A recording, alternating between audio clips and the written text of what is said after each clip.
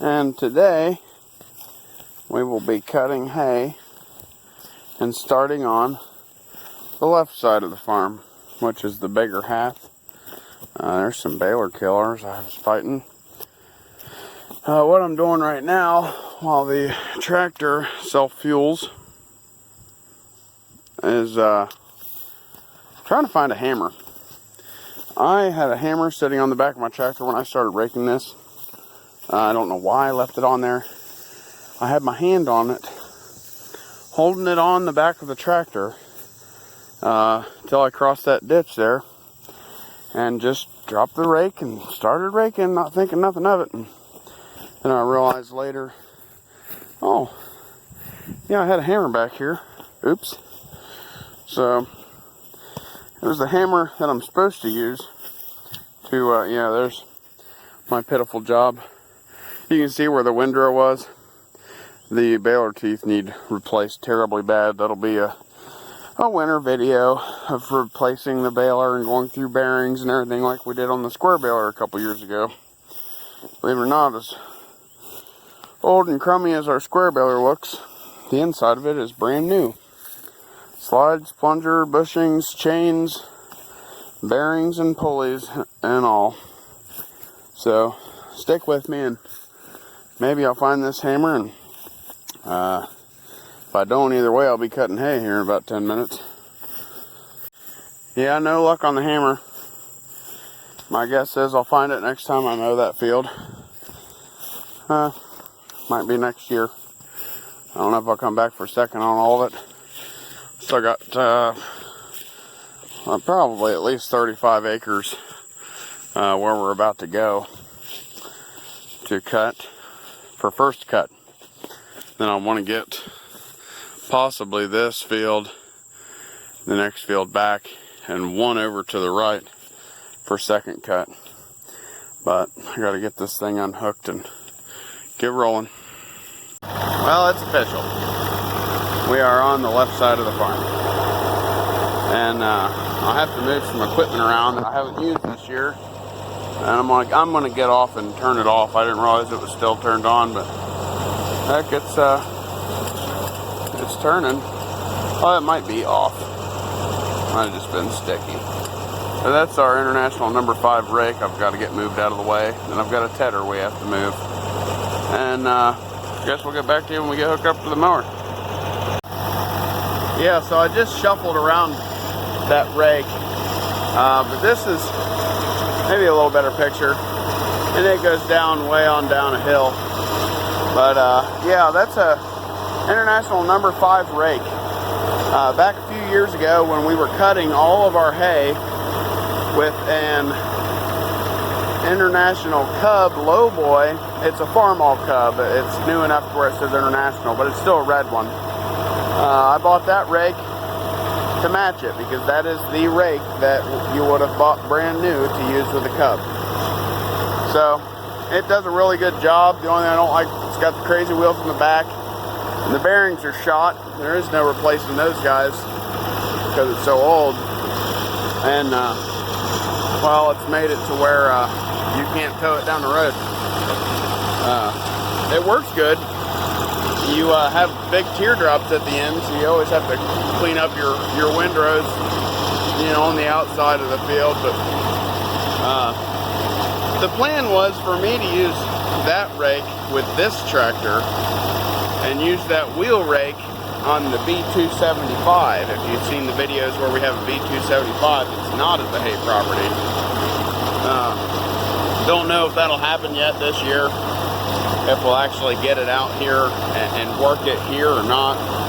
We should. All I got to do is still put that one side brakes together. I had an engine hanging from it for a while, and I needed to use it to put an engine in that truck. But that's done. That's all done, other than the left side brakes and sticking them on the trailer and getting it here. Maybe I'll bring it out this weekend. My wife can get the rake with it. I don't know yet. There's the tedder, if you can see it poking up in the grass there, or weeds. This was such a beautiful field earlier this year. Like when we first started baling, I should have baled this first. It just wasn't in the rotation program though, because we move our stuff from section to section and section in a circle around the farm. So let me get this thing hooked up and get it moved too. On a side note, that top hat that flew off is making a really good little holder right there. I've been throwing pins in it, Gatorades, and all kinds of stuff, anything I want to set there really. But yeah, this is a custom 3 basket. Does an okay job.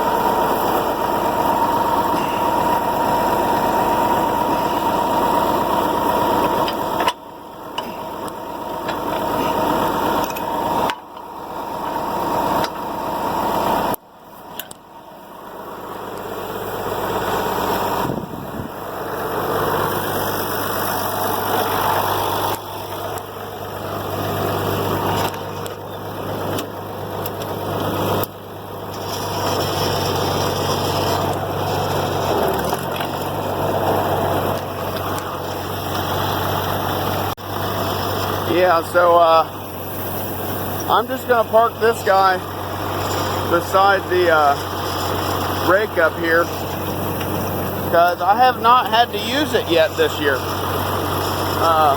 And that's only because the weather's been cooperating. I've been cutting on Thursday, baling on Sunday. 3 or 4 times now, a few acres apiece. Well, about 25 or 30 acres done already, I guess. I don't know what the exact number's on. It's at least 25,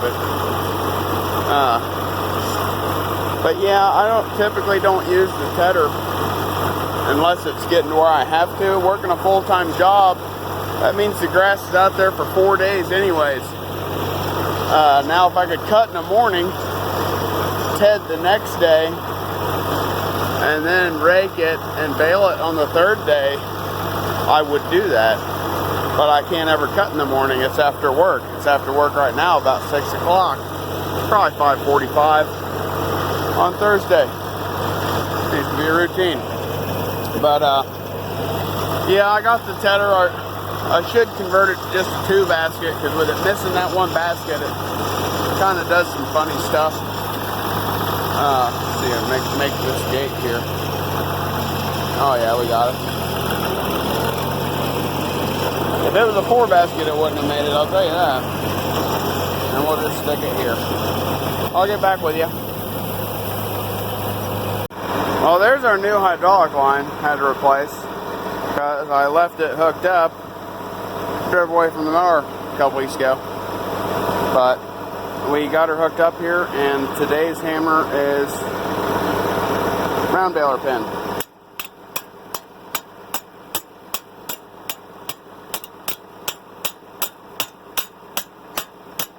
I think that's tight. Let's go see what we can cut. If you can hear me, I'm in one of my favorite fields as far as the grass. It dries good, it drains good, it's kind of sloped. The only thing I don't like about it is that big tree. So what I'm doing is I'm cutting, it has 2 little nooks. Like at the bottom, one over there and one on this side of this point. I'm cutting those first because I can almost guarantee I'll be cutting it dark. I might not be, but I got a late start with having to move everything and looking for my hammer. So I'm going to mow these 2 little pieces. That way if it does get into dark, all I have to do is just mow the big square. So it's a little weedy. I let it go too long. It actually got cut twice last year, but only baled once. And it got cut. The first cutting is what got left to lay. It didn't really affect it too much. Didn't detach it real bad or anything. And then when I baled it the second time, I did second cutting here. It was some of the best hay I made all year last year in a round bale. Anyway. I mean, 3 to the core, Just beautiful looking stuff. Kept well. I tell you, when I baled it, last year, the first year we ever round baled, I honestly was worried whether or not it was going to rot. And I come back the next day, and the bale felt like about 90, like the way the temperature was. And then I came back the third day, and the bale felt warm. And I thought, oh no. And I come back the fourth day, and it was cool as a cucumber. And the customer that I sold it to even told me that those were some really good bales for the price. And that's what we're after, trying to offer a quality service, you know, and do our part to the community. So, for the world, I guess. I mean, I wouldn't call it just a community, because I'm 25 miles away from the community I live in. And 35 miles away from the community I grew up in. So, it is what it is, and whatever you want to call it. It's something we enjoy doing. Triangles. I'm telling you, I just can't stand triangles. If you can hear me, one more thing that I wanted to add, that these front tires,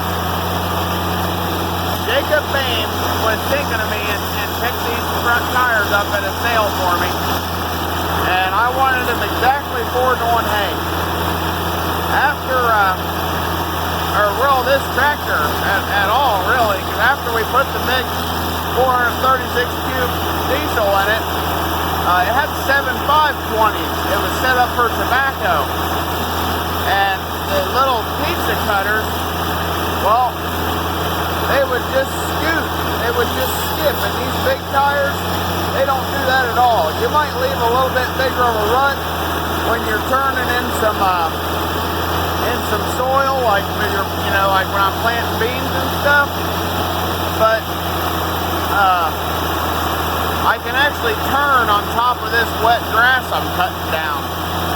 You know, I don't know if he watches my videos or not, but Jacob Boehm, thanks again for thinking of me. One person I do know that watches my videos is Bandit Farmer. I've talked to him several times. He seems like he's a really good guy. I know he watches my stuff, and if you haven't watched his stuff, go check out Bandit Farmer. He's really, he's an old school type of dude. He gets out and does it the old fashioned way, and you know, to be honest, without somebody like that, I'd be screwed, because all I can afford is old fashioned equipment that I have to fix myself. That worn out disc mower is the newest piece of equipment we got. And so when you watch this, Bandits, I know you will, I just wanted to say keep up the good work. And thanks for sharing what you share. Anyways, I guess I'm going to call this one quits. I'll have this field done. The sun's not too low yet. If you like watching my videos, hit the thumbs up. If you want to see repair videos versus me actually doing my farming, you can let me know that. They seem to get a lot more views on the repair videos. But I want you to watch my farming ones too, and you know, listen to the story. You know, starting out completely from scratch farming, and this year we're tending 100 acres in our third year farming. Our third year we're doing 100 acres of beans and hay. And I've got plans to do more next year and eventually buy a farm. You know, I just want to show people that you can actually do things you want to do if you work hard at it. Whether that's work hard to go to school and be a lawyer or a doctor, or, you know, learn your trade of choice. You know, and being out here with nature and underneath nothing but the sun and the man upstairs, you know, and that's what I choose. You know, I really enjoy what I do, and I enjoy the people that share on YouTube to show me things that I need to know for my life goals. So, I'll quit yammering and rambling.